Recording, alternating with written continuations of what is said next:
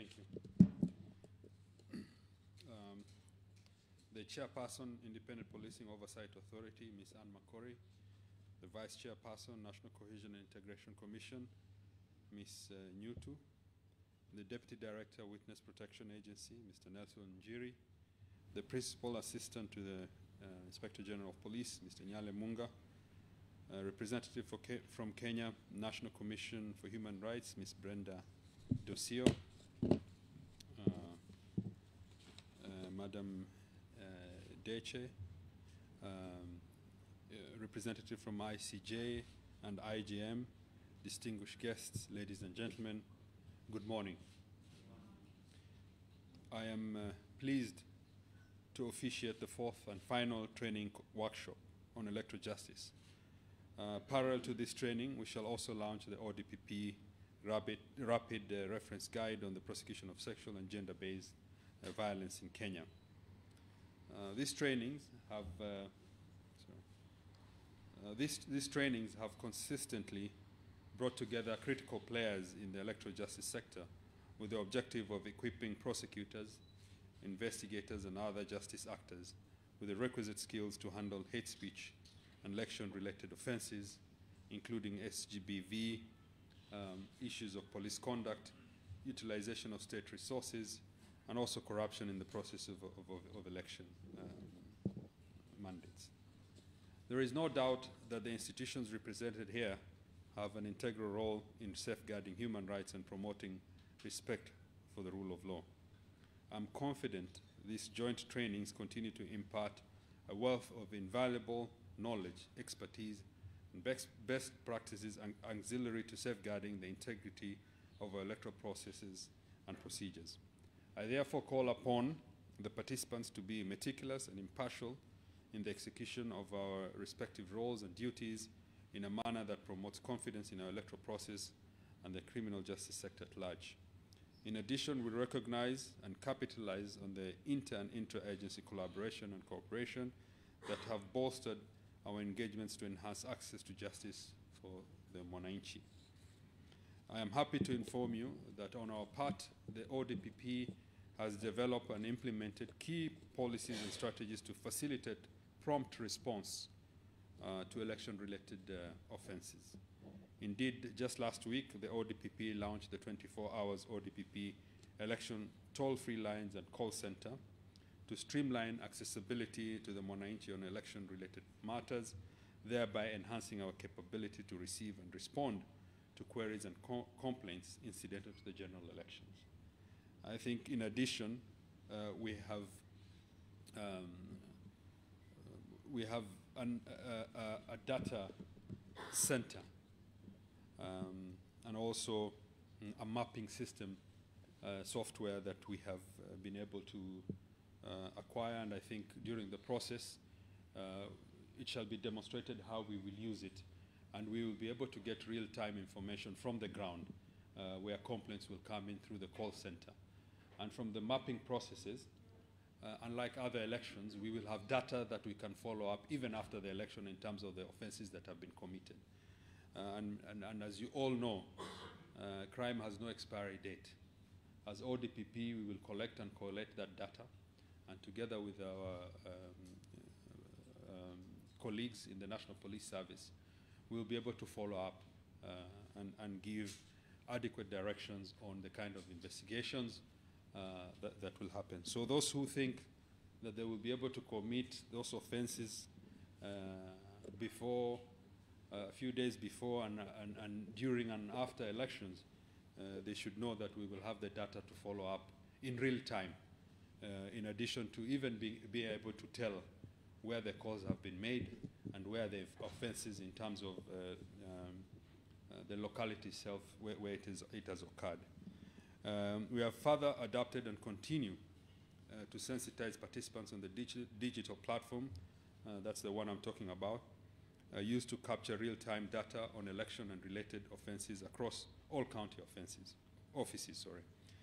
This platform will facilitate real-time mapping out of potential hotspots and prompt deployment of the appropriate response mechanism during the offense, and if not possible, even after, because we will still have the data. This, in addition to the issuance of the ODPP compendium on electoral justice,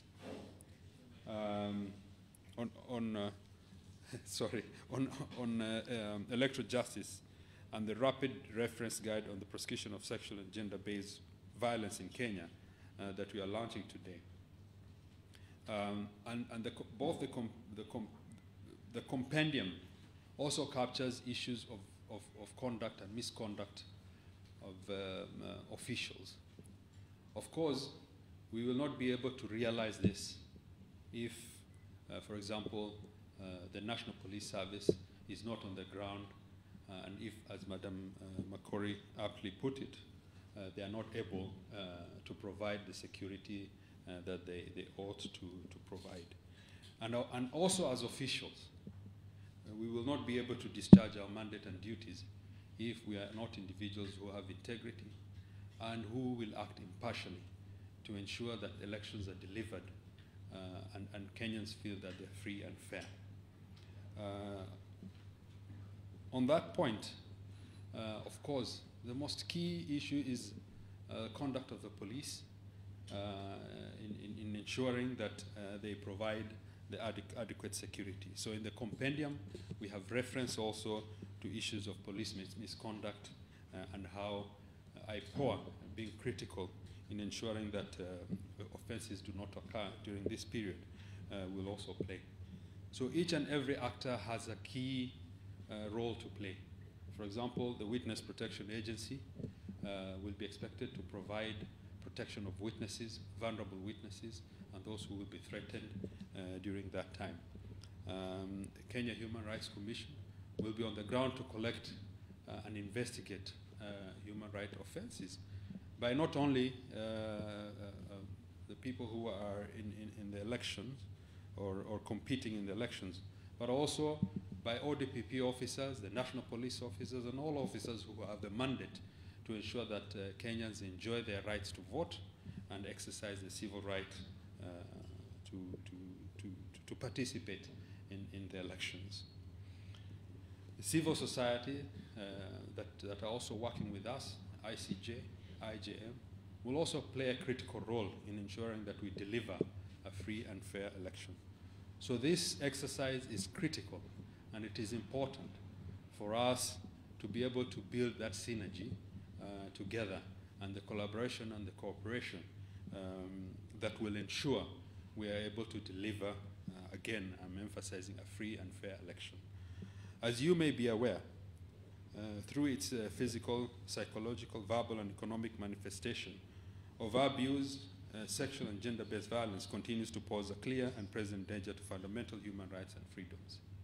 Now, the reason why we have also decided to launch this together with this exercise during elections, during this period, is that we have seen a lot of sexual and gender-based violence occurring during the election period. Both through, for example, if you were to see in Nakuru, the criminal gangs executed quite a number of young ladies, if I'm not wrong.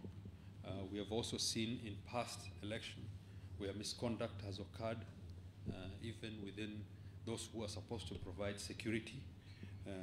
And this issue must be highlighted, that women and children must have the right to enjoy their freedom.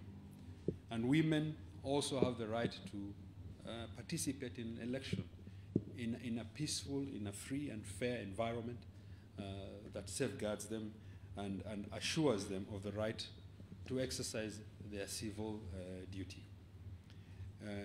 In June 2021, the government of Kenya made several commitments to combat SGBV, including adopting GBV prevention and response mechanism in crisis situations, including electoral-related gender-based violence.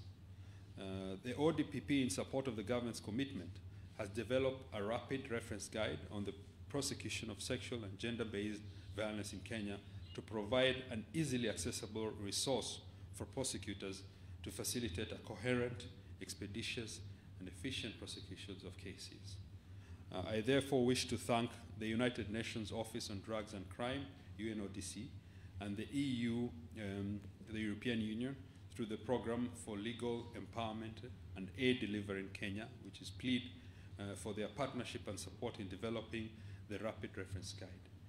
I would want to single out and especially thank Madam Deche, our consultant, who has been very diligent and passionate in this, and has ensured that we are able to deliver a document that is all-encompassing. Thank you very much. On the same breath, allow me to convey my sincere appreciation to the International Justice Mission and the International Commission for Jurists for their unwavering support and contribution towards facilitating these joint trainings on election preparedness. As I conclude, I wish to reiterate my sincere gratitude to the ODPP team and all relevant stakeholders and partners who are present here today and have been present in the previous workshops, trainings, and sensitization exercises we have undertaken.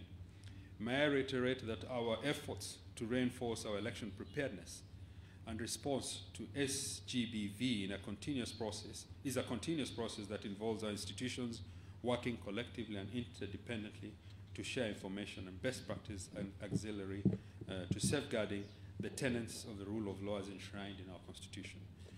As we edge closer to the general elections, it is evident that we have been relentless in bolstering our joint responsibility to safeguard the integrity of the electoral process.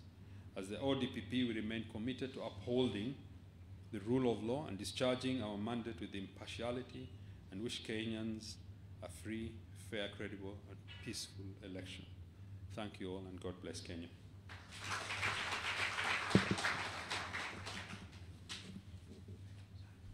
Thank you so much, May I now call upon our distinguished guests to come and join Honorable EPP in launching the reference guide. Please, let's come here. Si tunapiga tu picha ama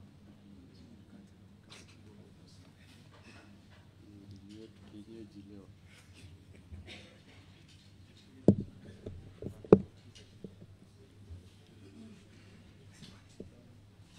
Madam Okoli, please, and the consultant, Dr. Abbas.